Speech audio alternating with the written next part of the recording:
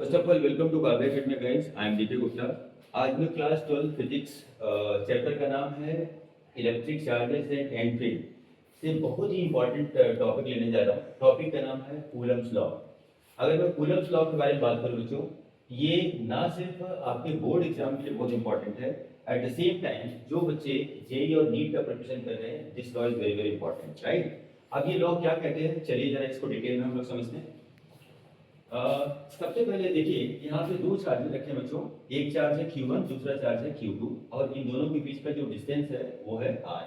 Coulomb's law क्या कहता है? कूलम्स लॉ ये कहता है बच्चों कि इन दोनों चार्जेस के बीच का जो इलेक्ट्रोस्टैटिक इंटरेक्शन है वो हमेशा इन चार्जेस के मल्टीप्लिकेशन के प्रोपोर्शनल होता है। मतलब F will always be proportional to Q1 into Q2, right. इन दोनों चार्जेस को मल्टीप्लाई कर दीजिए, जो फोर्स ऑफ इंटरेक्शन है that will be proportional to Q1 into Q2. This is equation number suppose 1, right? Now what is the second point in this law?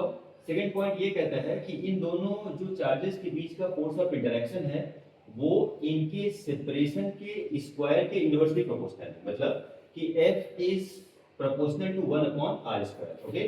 Suppose this is equation number 2। और अगर मैं इन दोनों equation 1 को और 2 को plug करूं बच्चों, तो क्या हो जाएगा? F proportional to Q1 Q2 upon R square.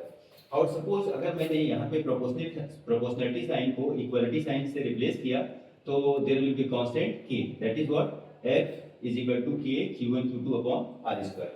This is called Coulomb's law, right. अब जरा छोटी छोटी बातों को जरा इसके इस लॉ के कुछ इंपॉर्टेंट एस्पेक्ट्स को हम लोग देखते हैं बच्चों।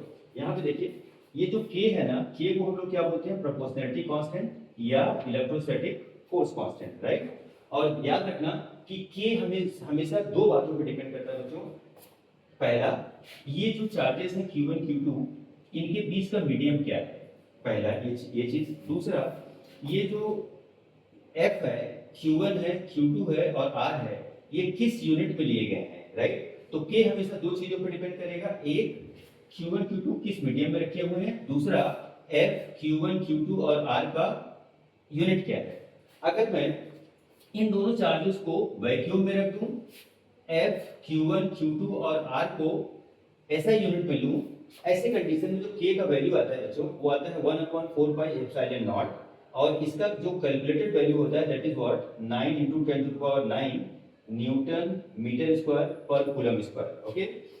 और जहां पे ये अगर मैं एप्सिलॉन नॉट के बारे में बात करूं, एप्सिलॉन नॉट को हम लोग क्या बोलते हैं? परमिटिविटी ऑफ फ्री स्पेस, और जिसका जो वैल्यू आता है वो आता है 9 × 10⁻12 coulomb square per newton per metre square, okay. या एक और यूनिट है which is also very very important for competitive exam बच्चों।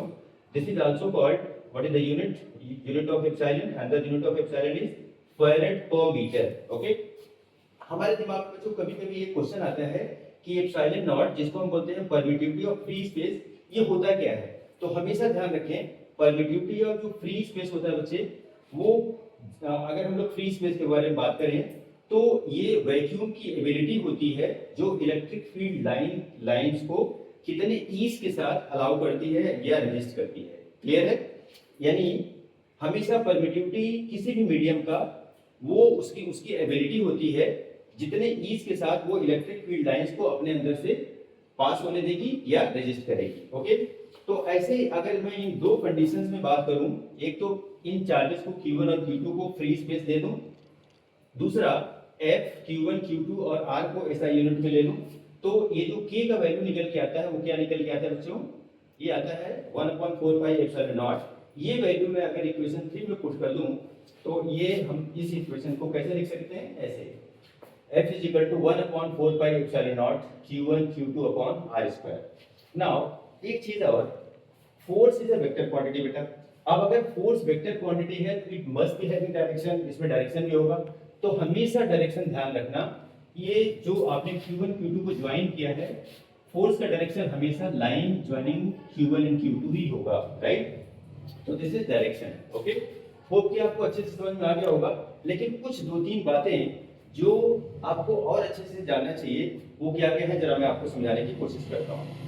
ये जो फोर्स F है, पहले ध्यान रखिए कि हमेशा स्टेशनरी चार्जेस के लिए वैलिड है। मतलब जो कूलम्स लॉ में जो फोर्स ऑफ इंटरेक्शन है हमेशा this is valid, always this is valid for what, Q1 Q2 in stationery state, right. ये हमेशा कैसा होना चाहिए, स्टेशनरी होना चाहिए, पहली बात।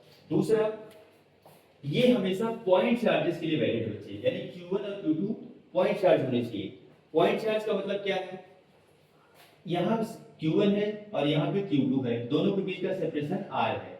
जब किसी भी बॉडी का लीनियर डायमेंशन यानी डायमीटर अगर उनके बीच के सेपरेशन की कंपैरिजन में नेग्लिजिबल हो तो उसको हम बोलते हैं पॉइंट चार्जेस, राइट। तो इसका जो डायमेंशन है बच्चे, लीनियर डायमेंशन या डायमीटर बोल दीजिए, Q1 और Q2 का, इनके बीच का जो सेपरेशन है उसकी कंपैरिजन में नेग्लिजिबल है, तो that is why these are treated as point charges. तो स्टेशनरी आपको समझ में आ गया, Q1 Q2 स्टेशनरी होना चाहिए और Q1 Q2 पॉइंट चार्जेस होना चाहिए, यानी इनका डायमेंशन इनके बीच के सेपरेशन की कंपैरिजन में बहुत ही कम होना चाहिए, राइट। थर्ड पॉइंट अगर मैं बात करूं तो ये कूलम्स लॉ किसने दिया था, ये दिया था चार्ल्स ऑगस्टिन कूलम ने, राइट। अब एक लास्ट पॉइंट बच्चों कि ये जो कूलम्स लॉ है this is very much similar to what, Newton's law of gravitation, okay. Newton's law of gravitation से कैसे सिमिलर है जरा इसको देखते हैं।